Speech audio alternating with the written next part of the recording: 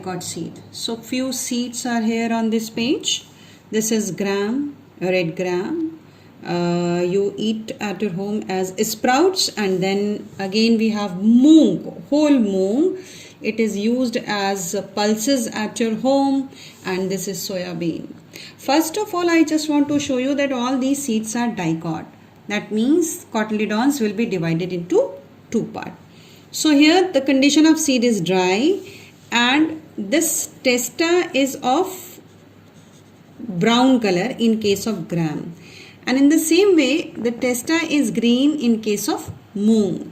Here you can say the same testa is of off-white color, but the testa is also here. So the first thing what we have seen, that testa according to seed, the color is variable. That means the color of the testa is different in different seeds. First important thing. If we'll take water soaked seed, so after the opening this one, this Cyzar erythrinium, that is gram, will show two different cotyledons divided, but that means the single seed is to be divided into two cotyledons, and it will be visible like this one. In germinated one, this lower part will be written as a radicle, and the small portion is to be termed as plumule. Plumule. In the same way, in water soaked condition, this moong part is, as it is dicot, further divided into two parts like this, and again the plumule is to be here. That means responsible for making the shoot, and the radicle will develop downward. So this is responsible for making root. Now I am going to show you these examples. See this one. In this seed, you can observe that a very beautiful radicle. Normally you use the term sprout for this one. Radicle is coming out. So this is radicle, right?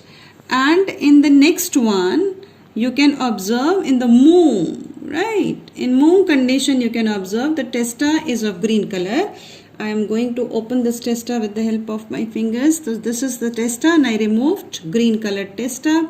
And you can observe that there are two cotyledons. I'm going to open this one. See this one, the beautiful embryo is present in between these two. So the embryo is present.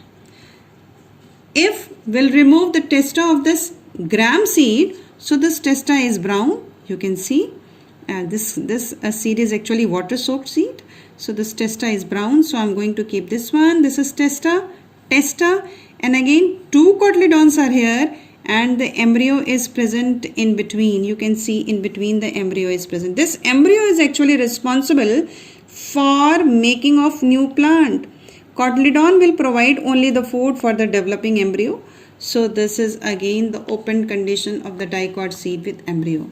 Now the next seed, which is more developed, or we can say the germinated one, is the moong. Here I am going to show you that the plumule part is also developed. So this one, this part is actually a radicle. This one is radicle, and you can see that the folded small beautiful seed which are actually developed from the plumule part are developed over here. This is moong. So the radicle is moving down, and the plumule is actually going to open, and this plumule will develop into the seed. This moong actually shows the apical germination. Here I have shown you, this is the water soaked seed, and this is a rudimentary leaf which is actually developed into a new one. In the same condition, the another one is more development is here. You can observe in the next one. Here the concept is very clear how the embryo is to be developed in between these two cotyledons. So cotyledon actually provides food. Cotyledon actually provide food, and new leaves are developed over here. You can observe that new leaves are developed from inside, in between these two cotyledons. That means they are developed from embryo, and this is going to be developed into the root. So this is radicle. This is radicle in case of moong. This is folded leaf, folded leaves, new leaves actually. and now it will move upward to make shoot, it will move downward to make root. So I think the concept is clear in difference between cotyledon, embryo and plumule and radicle. So bye bye. Tell me pretty lies, look me in the face, tell me that you love me, even if it's fake.